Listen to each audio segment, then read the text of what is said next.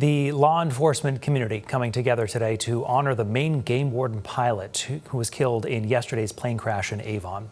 Officers, deputies, wardens, community members lining the streets in Augusta, then also in Newport as Joshua Tibbets' body was transferred. Tibbets served as a game warden for 18 years, 3 of them as a pilot. Prior to that, he served as a Penobscot County Sheriff's Office. Now, those who worked alongside him say they will remember him as someone who made people feel welcome and brought a calm presence to the communities he served. First thing I thought about was Josh's laugh. You know, he does have such an infectious laugh and smile. It's devastating when you hear of somebody that you know. I enjoyed his sense of humor and his enthusiasm for aviation. He had a willingness to share his experiences with me. I was a newer pilot than he, and especially on floats, and he was always really helpful to me.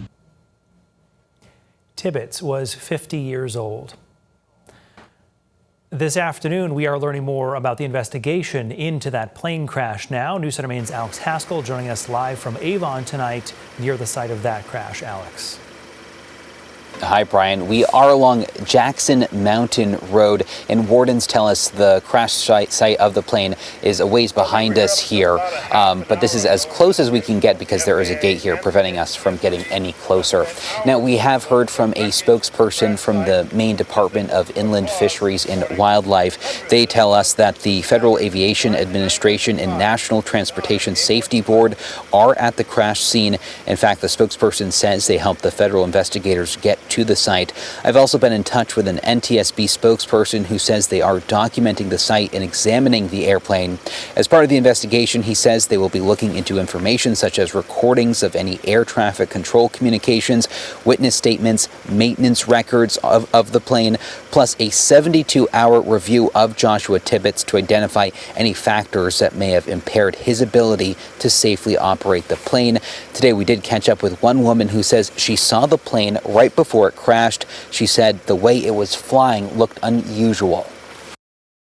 The wings, like the way the wings were, the only word to describe it is jiggling, because it wasn't like the whole plane was like wobbly. It was like the wings were on the wind, like almost like really fighting the wind.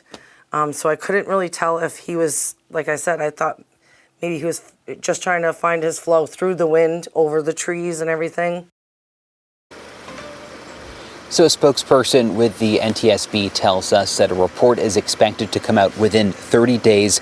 It will have facts gathered during this initial investigation. Then a final report is expected to come out within a year to 2 years, and that will have details on the probable cause of this crash. Brian.